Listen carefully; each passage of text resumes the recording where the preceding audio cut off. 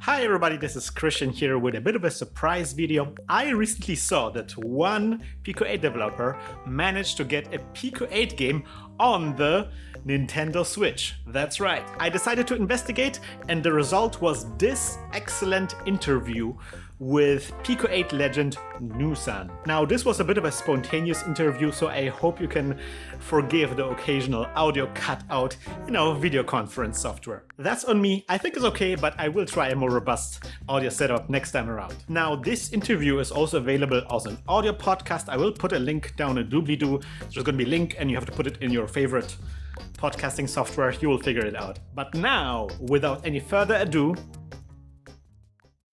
all right, hello NuSan. How about you introduce yourself to our listeners? I'm NuSan, France, and I make games for a lot of years. I started working in the game industry 15 years ago. I worked at Dontnod, which made Life is Strange and games like that. I was a Remember Me, right? Yeah, I worked on Remember Me. Ah. I was a graphics programmer on that. I also started around 2015 doing my own little projects, mostly as a hobby. So using Unity or Pico-8. Yeah, fantastic. So you came from a AAA industry into a lot smaller projects, right?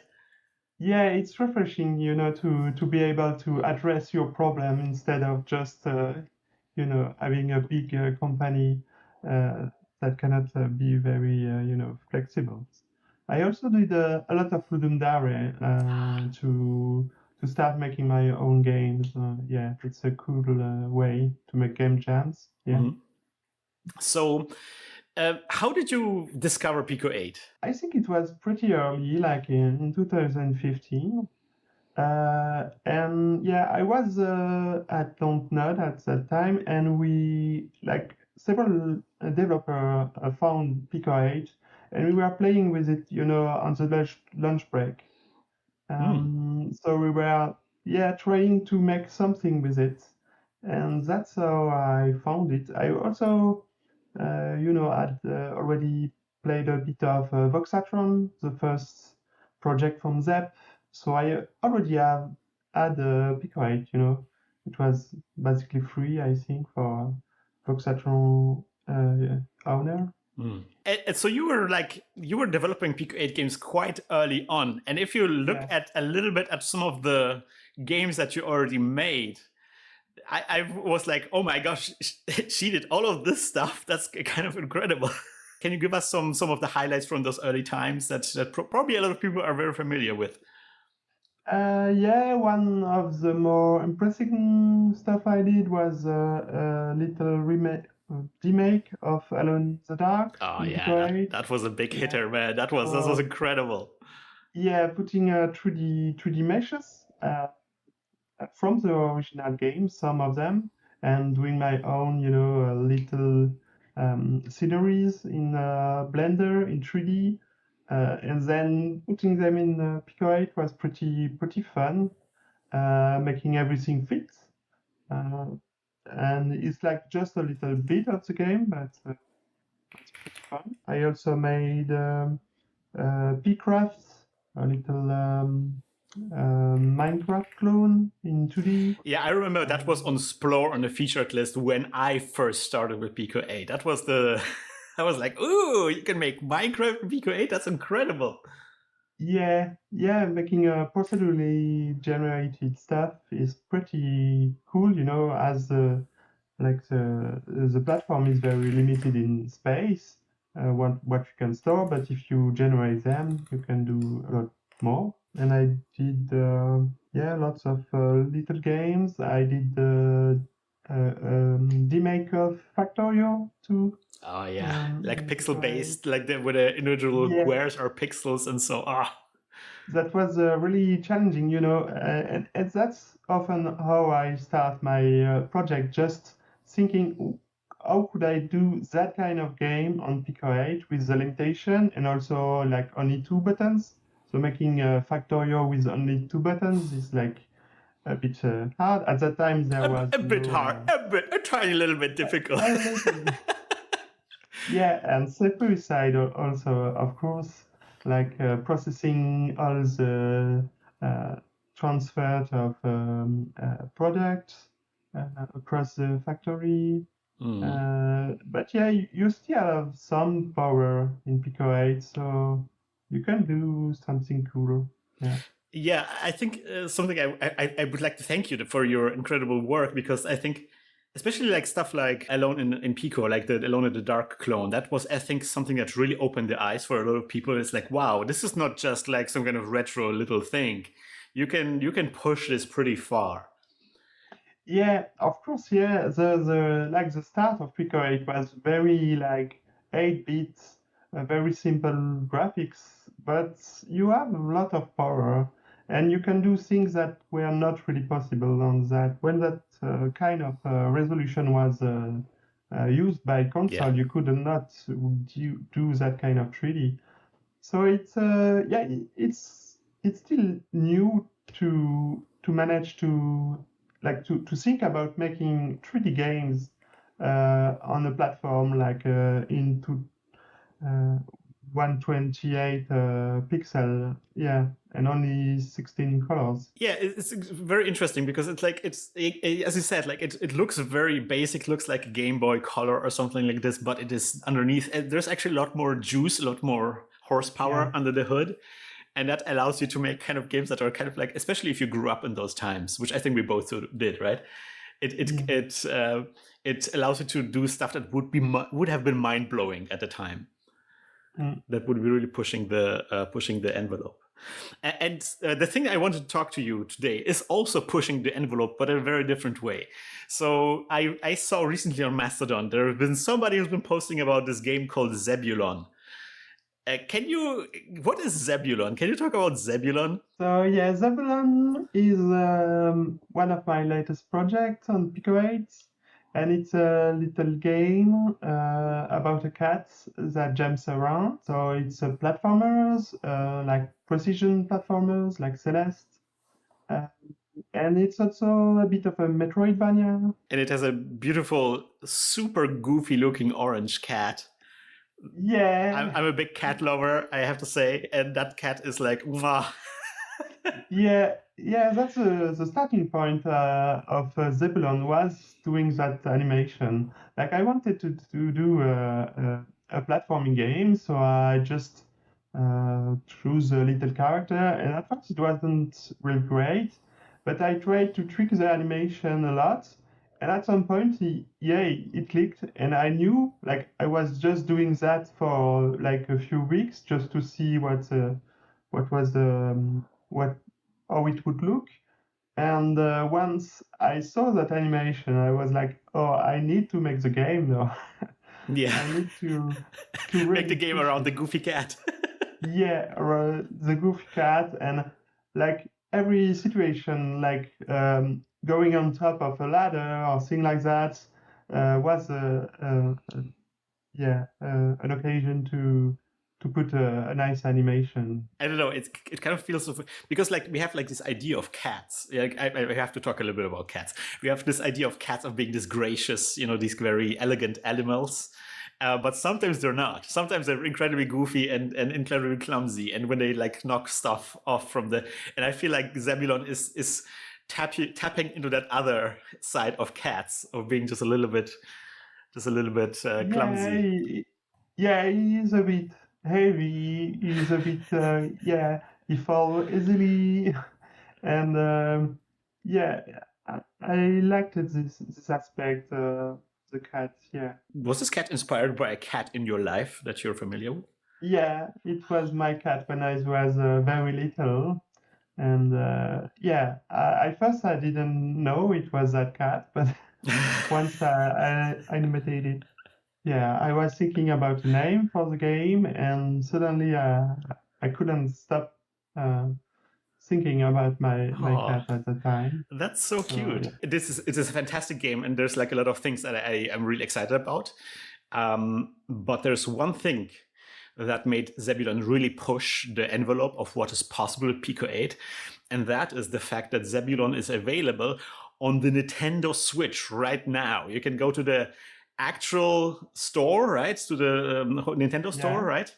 And you can download it on your Switch and play it on the Switch, which is like, how is that possible? Can you break down the technology behind this? How did that happen? I started Zebulon like 1 year, 2 years ago. 2 years ago. Wow. 2 years ago, yeah. It took a lot of turns, you know. I was not working on it full time. But 1 year ago, with two friends, we started talking, and we noticed that we had all the components to make the game on Switch.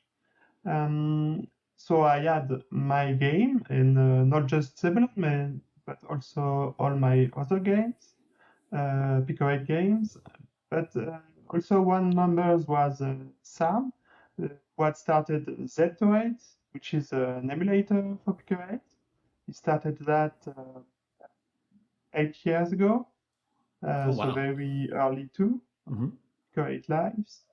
And we also had Ginat, third member, who had a dev kit for the Switch. So he was already cleared out for releasing games on Switch, and he had the dev kits. So we were like, we can do it. Let's combine our forces like Captain Planet. One person Exactly. delivers the game, the other person delivers the emulator, and the third person is the dev kit person. Exactly. So we had all the components. Of course, it was not that easy as just pressing a button. The emulator did not have any update for like 2 or 3 years. And of course, it was not working properly for our games immediately. So we had to improve it until it could play Zebulon pretty much perfectly. And also porting it on the Switch. It was not on the Switch at first, so that took some time. So the technology that makes this possible is this emulator called Zebto-8, correct? Yeah. And so that is available for everybody. Everybody could technically use that. That's on GitHub, right? Yeah, Zepto-8 is on GitHub. Not everything is public yet. The emulator for PC is public. Admittedly, it's not in a very friendly way to use right now. We should work more on the how to explain how to compile it, how to use it, maybe release a binary version, something like that. But also we had the issue of console API is not public. Like Switch code and API is not public. You cannot release code that contains Nintendo stuff or any other platform. I see. So you actually cannot release the Switch version on GitHub because there's like a legal issue there, right? Yeah, for example, Godot has the same issue. Is they can't publicly work on the Switch port of Godot because everything is under NDA. Okay, so this is an emulator. Basically, we had that before. A lot of people are using some stuff like Fake-08, for example, for like the mobile consoles that allows you to run Pico-8 cards, but it's not necessarily in Pico-8, but it's an emulator of Pico-8. It works very similarly, but there's sometimes little differences. And so this is like another one of those where it's like an emulator that will run a Pico-8 card, even though it's not Pico-8. And it will pretend to be Pico-8, but there is apparently... So that's would be something that I'm interested in, because I haven't used Zepto-8 before. So are there any kind of things that Zepto-8 can't do that the original Pico-8 does? Yeah, there are still stuff we haven't implemented. Compared to other emulator, I think we are like the most advanced. We put a lot of care on things like music. Oh yeah, that's something I Yeah. noticed because that's really difficult to emulate because Pico-8 has like really funky music stuff happening and getting it just right Yeah. is tough. So I Yeah. was like wondering, Uh, did you like record the music or anything like this? But no, it's emulated yeah. perfectly, right? It's not perfect. Unfortunately, like for the graphic stuff, it's pretty easy to, compare stuff and test things until you're sure you have the same behavior. But for audio, is more, it's harder. You are not. Uh, it's very hard to reproduce things exactly. So yeah, there is still lots of approximations and also new features that Zep has added recently or in the last 2 years uh, could not be supported properly. I know right now there are stuff with slides that is wrong. And so sometimes you listen to some Pico-8 music and you have a slide going off Ah. for a long time. But yeah, also like we focused our efforts on my games, but I have some stuff I used and some stuff I never used in the Pico-8 capabilities. So yeah, there is lots of little features that were not properly emulated just because I was not using them in my games.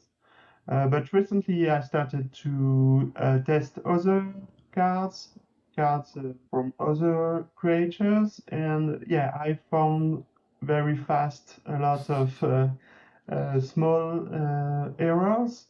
But yeah, we can improve the emulator along the way. Yeah, I mean that's a huge advantage if I think about this, the way you approach this, because usually the way, for example, Pico-8 was released was just like this emulator, and everybody could run any card on it, but you quite often would meet these restrictions, and it would be frustrating every time. But in your case, you're the developer using the emulator, so you can like test your own card on that emulator and work on the emulator or on the card to make sure that it's exactly what you wanted, right? Yeah, it's a bit of a blend. We still want everything to be supported in Zepto-8 that is supported in Pico-8. That's the ideal case. But we also add stuff that is not in Pico-8. Such as? Such as, for example, Steam's achievements. Ah, Yeah. nice. So if you play, you can have Zebulon on Switch, on Steam, and also as a Pico-8 cartridge. And on Steam, you have achievements that are unlocked. You have also the Steam inputs, so you can use all the Steam supported device. Ah, that's an interest. Does it run on the Steam Deck as well? It should. Someone told me it was working, but I don't own one, so I'm not sure. That would be an interesting experiment. I don't have one myself, so but maybe for Zebulon I will get it. Now I have an excuse. Yeah, The if you system have a seller. Switch, I think it's already That's great true. on Switch. But yeah, we also add shaders, so you can choose different shaders that will go on top of screen. I noticed there was a discourse because another feature that you also added is like the widescreen effect, right? So Yeah. it's no longer the square screen, but you can actually make it like really wide. And I have some questions about that, but also the combination of widescreen and CRT was a cursed combination. Yeah, because yeah. because that's not for people out there who are too young to know. That's not how these screens used to look like. They used to be more squarish, right? Yeah, it's pretty weird to have yeah, a CRT that is very wide, like because like the wide version of Pico-8 works by using an official feature of Pico-8. Ah. There is multi-screen support in Pico-8, but only on dev builds. So only when you're working on your game, the intent was to make editors. Yeah. You could make a bigger editor, and it works by putting several screens in a grid, like 2 by 2 screens. And so we used that functionality. So you're actually reusing that functionality that was already Yeah. built into Pico-8. That's interesting. Yeah. So that was my question, how that works in the background. Yeah, you can play Zebulon in wide in Pico-8, but you have to launch it with a specific command line to activate the multi-screen. And you have to also download the card, you have to launch Pico-8 with a command line parameter, and then Yeah. it is widescreen. Okay. Yeah. But also it will be very slow because you draw twice the screen, so it's twice as slow. And also because it just two Pico-8 screens beside one another, it's very wide. It's a ratio of 2 by 1. So yeah, it's pretty wide. So did you bring it in a little bit together? So it's 16 by 9 for the Switch version? When you choose your shader, you can choose from several options.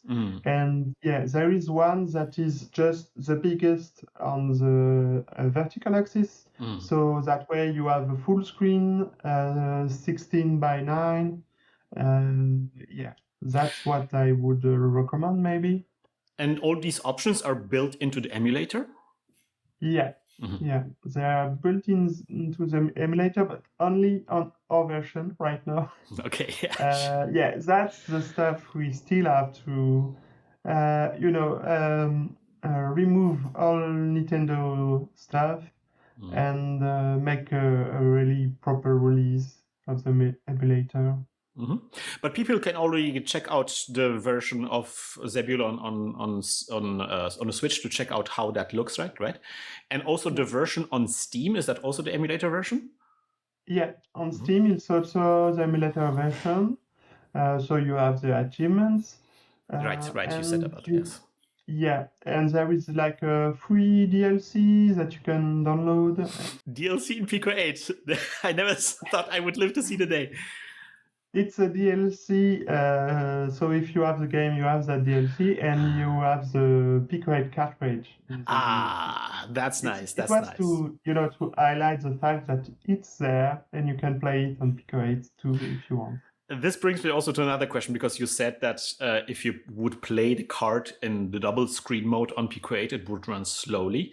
So I assume that the emulator is kind of giving it more juice a little bit than original Pico-8 would have, right? Does that apply to other features of Pico-8? Obviously, the thing on everybody's mind is the token count, right? Yeah, there is no limit. Nice.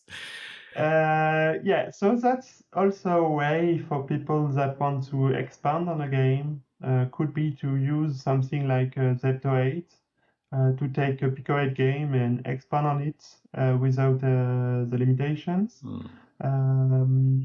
We started thinking about putting the limitation as an option, but we haven't started yet. For the CPU, there is a limit, but you can change it also if you want. But the limit is there because some cards do exploit the fact that you have a slow CPU. Like I was thinking about tweet cards or things like that run at the full power of your CPU. So you have to put restriction if you want about the same result. Yeah, I'm thinking about, because I've been dealing with shmups a lot, and one of the difficulties with shmups is that, the arcades are quite often emulated then on PC hardware. And then quite often what you get is people are unhappy with the emulation because it runs too fast, because the original game was designed to have slowdown in certain moments. And then you get like the, authentic slowdown stuff where you have to emulate the restrictions of the hardware as well. Yeah, I had that problem with one of my games I wanted to port to, which is Flooded Caves.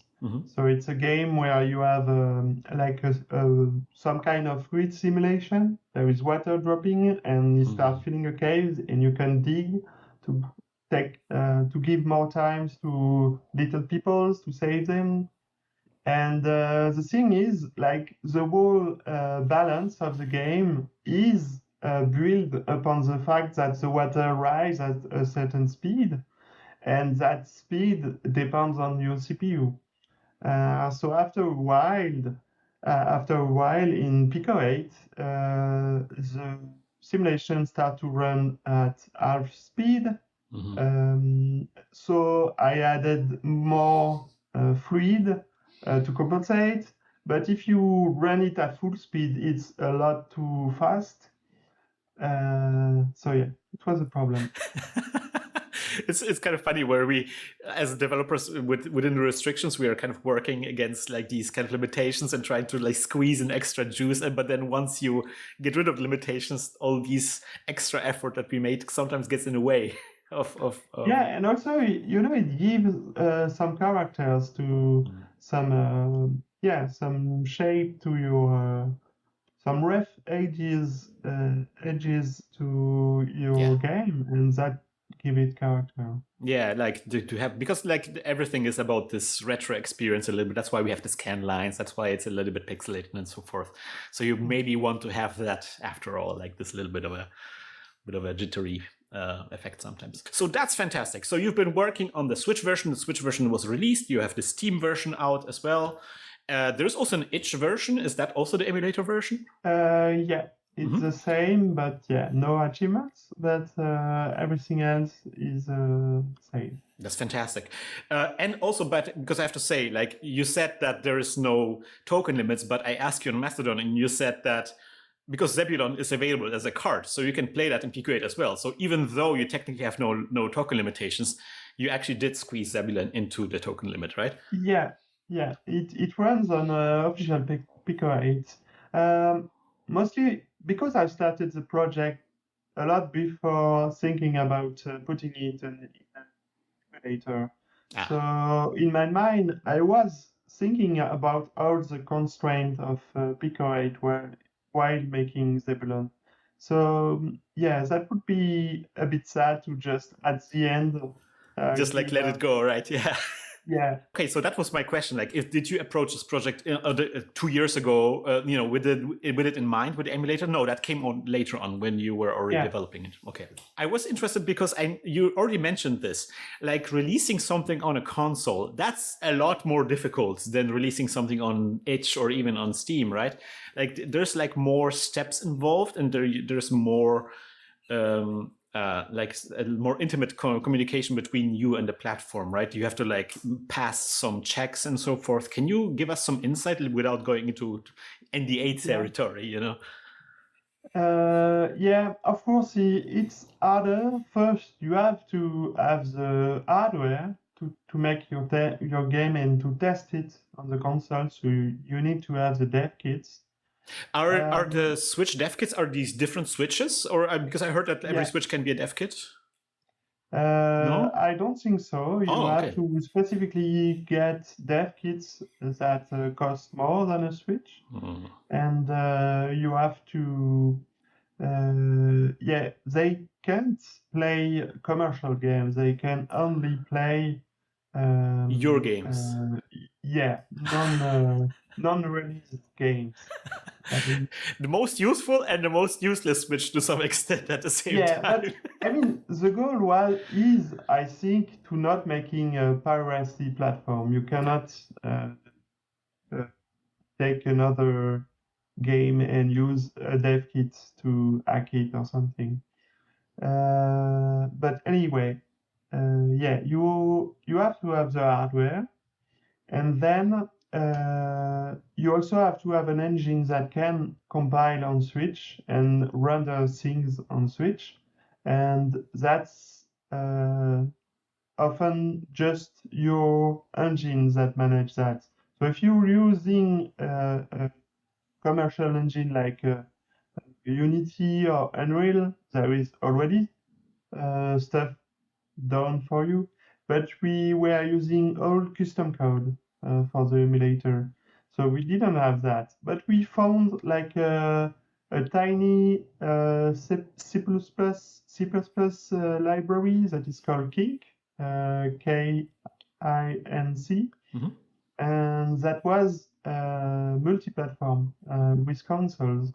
So we used that, and yeah, it was not that much work, but still pretty hard. Also to manage like the saving system, you have to do stuff pretty specific to the Switch. And then, yeah, the main thing that is pretty stressful is to manage the control and buttons pictures on your game, because you have to conform to Nintendo's term. And with Pico-8, we were not sure if we could make it work, if Nintendo will accept to have just 8x8 little A button and B button, and it worked. They accepted it. Okay. Yeah, I heard that there's lots of little things that you don't think about when just making, like, there's like how certain things are called, the specific names that you use for certain things have to be according certain guidelines. And then also the entire software has to react to hardware changes. Like if you unplug the Joy-Cons while the game is running, it shouldn't crash or anything like this. Or if you change controller or something like this, right? Yeah, like for Zebulon, we didn't have, for example, to manage 2-player, but for our next game, for our next compilation, we have a multiplayer game. And that's not working right now because we have to, if you don't have the proper number of players in the Switch, you have to ask the Switch to display the mapping, the controller mapping, and then give you back the control. And it's a lot of stuff to test and to make work. And once you're ready, you submit it, and it's a bit stressful because you don't really know what you will be said by Nintendo. But so they look at your game, they test the game and do some kind of like testing, and they send you back feedback. There's certification, right? Is the term for this, right? Yeah, the certification is a bit heavy, but we had we had luck. We had one major issue: we were saving too often. Like in Zebulon, I'm saving all the time. Like you can. Why not? You can just change your position, and I'm saving. Because it's like the game is a little bit inspired by Getting Over It, so I didn't want you to be able to load back a save or something like that. So yeah, we were saving too often. So we had a buffer or something to reduce that load. But yeah, I missed something in my calculations, and yeah, we had to reduce that. But that's pretty much it. And we had more trouble with the trailer, actually. I was wondering about that because it like a logo, like a Nintendo logo in front and everything, right? That looks like legit. That looks like a real, Nintendo trailer. Yeah, but you have to follow the rules. If you want your trailer, if you want to release your game altogether, you have to follow the rules. So there is official guideline on how You to get like a make document with all the rules of what you can yeah. and cannot do. That's amazing. Yeah, and yeah, the major problem we had was with ESRB, the age rating, having the proper logo. We didn't have the proper logo. It was an old version. It was not appearing long enough or things like that.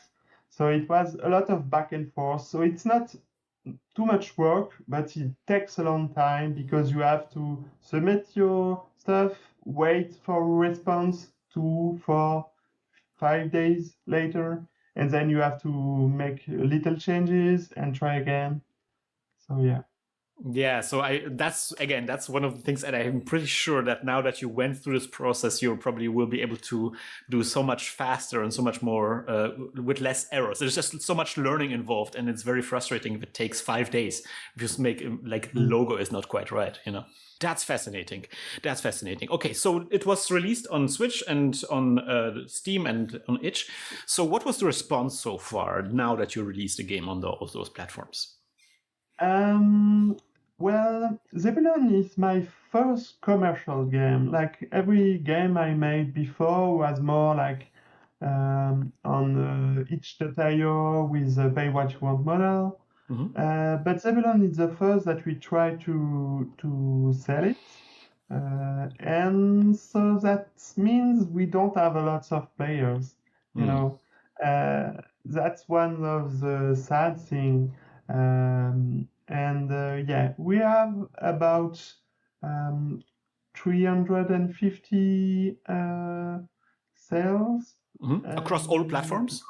across all platforms. So it's about what I was thinking we would. It's maybe even a little more than what I was thinking we would make. But of course, it's not a lot, and it's not enough to really justify the uh, like all the efforts that went into making the game. But yeah, we didn't really make it for that reason. Yeah. Like we did it because we could. Yeah, or also like because you're a small developer, this is like a very small project. You didn't do like marketing push or anything. I don't think you Yeah, even did you send it out to any kind of reviewers or anything like that? we tried, but Oh, yeah, we are not really, we are not strong on the marketing point, yeah. on the marketing side. So we started a lot too late in the development of the project. You have to start on that very early, and we had a lot of trouble to, like, you can send a lot of emails, a lot of notification on the social media, but most of the time you don't have any feedback. Yeah. But we had some some videos in the Pico-8 community. That's a nice thing with making a game in the Pico-8 is that you have a community of people that like these games. And we also had a few streamers, a few speedrunners also, because It Zebulon is a good game to speedrun. I was going to say it's a really good game for that kind of stuff, especially with the different modes. You have like a minute mode and everything like that. So there's just a Yeah, lot of good features in there. yeah. The game is pretty short, because it's a Pico-8 game, so the size of the map is pretty limited. But yeah, I managed to squeeze a lot of little challenge in the game, and we put some game modes to extend the life of the project.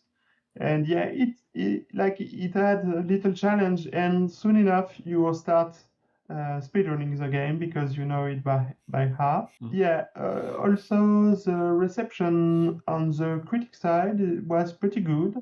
Like people liked the game, I think. So, like you said, the animation is very working a lot for a lot of people. I also presented it on a lot like in real life festival. And yeah, people that were walking by were stopping and wanted to play with a cat. Like having a cute cat is a good way to make people melt. I mean, So yeah, the internet was for cats, right? Like that's yeah, that's the bedrock the internet has been yeah, built on. yeah. So yeah, the response was pretty good. I think the game is good, but yeah, not much. Yeah. Yeah, but I see it like the huge achievement here is like the proof of concept. It's possible to get a Pico-8 game on those all Yeah, different platforms and using the emulator, and testing out the waters of how to do the crossover. I already did a video previously about discussing different attempts to publish Pico-8 games, and it's quite often boils down to marketing is just difficult to get any game out, right? It's very, you have to have like this idea in mind of how to reach out to people, how to grab people's attention, and quite often that's not where we're coming from as hobbyist developers, especially in working in Pico-8, right? We just want to tinker and build our little projects and don't think about how to do big marketing pushes. yeah. Pico-8 games is a bit in a middle ground. Like it starts from the hobbyist scene, and I like that about Pico-8. That it's not intimidating. You can start a project very fast because you know it's a limited scope, Yeah. that you will not start making huge games. So I love that, but it also means that it's pretty hard to sell or to bridge the gap with making it a product, a game on Steam. So we try to bridge that gap a little bit. Also, like at the start of the emulator project, we wanted to we started working on another project that is making a compilation of all my games on Pico-8, all the games I made on Pico-8. But soon enough, we found that it was too huge to as a project, just to manage it. And I wanted to include Zebulon in the compilation, but that meant I needed to finish Zebulon, to finish the compilation, to manage 20 games and all their quirks, and also, work with Nintendo and their terms uh, and all their, go through each step to publish the game, and it was too much. So that's why we also started just with Zebulon. At some point, we decided we just will release Zebulon, release it on Steam first, then on Switch. And so we could, by doing that, we managed to break things enough to make it happen. Yeah, And one know step by that step. Yeah. yeah, going step by step, and know that we did it with Zebulon. We are working on that compilations, and yeah, soon we will try to make it past Nintendo's reviews. So Zebulon is not just a one-off project. There's more coming down the Yeah. production pipeline. There's going to be a whole compilation of games from you on Nintendo Switch and on Steam, I guess, right? Yeah, the compilation is called Pico-Mix by NuSan. So yeah, it's 20 games and weird experimentations. There is also, non-interactive stuff or stuff that I made in Game Jam, but there is also bigger games, those I mentioned at first. Right. So you already went into very little details talking about download numbers. I don't want you to break any NDAs and anything like that. You don't have to be that specific about this. But I was interested because this is the first time that we had a Pico-8 game on a Switch, and also I didn't reach out to that many because there were a lot of Pico-8 games or some Pico-8 games already on Steam before, and I didn't reach out to many of those devs. Quite often when I ask devs about how did the game do on Steam, they said it was about the same as on itch. What about the Switch though? Did you see where are the plays coming from? Where are the downloads coming from? Which platform is the one that is most successful? It's pretty split. Interesting. Itch.io is a lot lower.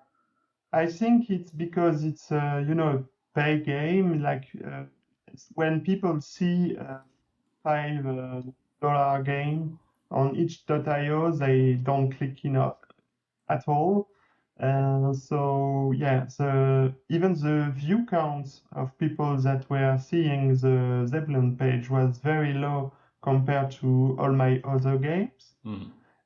So I think that's because the model is not that popular on each. And so yeah, mainly Steam and Switch was a little bit more sales, while the Switch was released like 3 or 4 months after the Steam release.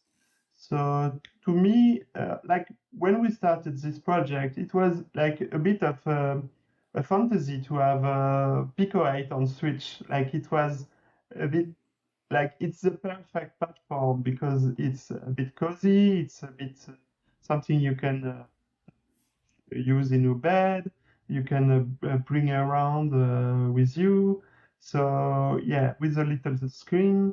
So yeah, we were thinking that Pico-8 was perfect for that, and I think people like that too. So you said like the sales on Switch were higher because it is generally the same, but it was released just recently, whereas the Steam version had longer time to build up the sales, right? And I can understand that. I feel like, when I'm shopping on the Switch channel, it's like I'm just browsing through new releases and a lot of stuff is like weird. But sometimes I find like, oh, that's interesting. Like I haven't heard about this, but it sounds interesting. I'm just gonna. It doesn't cost that much. It's fine to just like download it and test it out. And I feel like Zebulon fits right into that. Like with my daughter, right? She likes cats too. We're like, oh, let's try this weird cat game and see what happens. Ooh, it's actually really nice, Yeah. Yeah, there's like this more discoverability in the pipeline too. Like the pathway to actually purchasing the game is a lot more less resistance. When you release a game on Steam, you have like 50 games that release the same day. So it's pretty hard to be visible on the Steam. People still want Steam a version of your game, but it's pretty hard to like getting noticed by random people. But on Switch, there is less games, so I think it's a bit easier. But we don't really know how many of those sales were people that I bring, like that were knowing my work, and how many just browse randomly and saw the game. It's still something that it's left to explore for future people releasing Pico-8 games on Switch. It's a whole new world. I'm very excited. It's really cool to see, as I said, like it's a platform that's very interesting for these kinds of like small kind of experiences. So I'm eager to see what will happen there. Yeah, also my new release, like Pico-Mix, I think it's also interesting on that front because it's a compilation of games, and Pico-8 games are often very small, but so you can't really sell them. But as a compilation, it can start to make sense. You can release several games by creator or maybe in a certain genre. And recently there was UFO 50. I was just want to mention this. Yes, of course. Yes. Yeah. Yeah, and I think like Pico-8 was pretty much already that, but by several, like not in a package like UFO 50, but it's pretty much that. You can use Explore and pick up random games, then you have something a bit similar. Yeah, if you're fast enough, you can maybe beat UFO 50 to the Switch. Maybe you can be the earlier compilation. Yeah. I don't know if it was a curse of or blessing that UFO finally released recently. I think it opened up the people to check those kind of products. Yeah, I'm just But whenever I have somebody like being excited about UFO 50, I can always just say like, "Oh, have you heard about Pico-8 yet?" Because that kind of experience, you can get more of that, you know. yeah, of course. But it also, so much work, like 50 game of great quality, Yeah. great length. It's very hard to beat or just to measure up. Mm. Absolutely, absolutely. All right, so it seems so you're releasing these games like Zebulon and the upcoming Pico Mix under this publisher thing, Potico Games, right? Yeah, That's your brand, and you are planning to release more Pico-8 games in the future as well, right? yeah. We want to publish more game on Switch, and yeah, that was also one of the goals with that project with the emulator. Like the emulator was already kind of working before our project, but it was a bit dead. Like there was not much push on it. But by making it a product that we wanted to sell, we needed to make it better. So in a way, the idea was making that project would make the Zepto8, the emulator, better. And we want to continue that with other creators. And if we do enough games, eventually Zepto8 will be pretty much perfect as an emulator. Yeah, and also I have to imagine like you will continue developing the emulator, but you will also I'm sure that you also get more experience on how to deal with the platforms. You know, how to maybe do better marketing, how to reach the right people that are interested in these kinds of games. NuSan, thank you so much for taking your time and explaining to us, you know, the process. This is fantastic. I'm so excited that this is happening now. That you're experimenting with releasing the game Pico-8 games on Switch. So Zebulon is available right now on Switch and on Steam and on itch, right? Yeah, it's available right now. All right. And does Potico Games, the publisher thing that you're running right now, that will hopefully release more Pico-8 games, does that have a website or anything like this? Where can people follow your stuff? We have a website, we have a Steam page, we have a lot of stuff. All right. Poticogames.fr, because we are French. French, of course. I will post the links in a doobly-doo, and they will appear on the screen, so you can follow their amazing creations of this tiny little publishing studio, bringing Pico-8 games on various platforms. Again, thank you so much for joining us today. Thank you for having me. All right, bye-bye. Bye. Yes.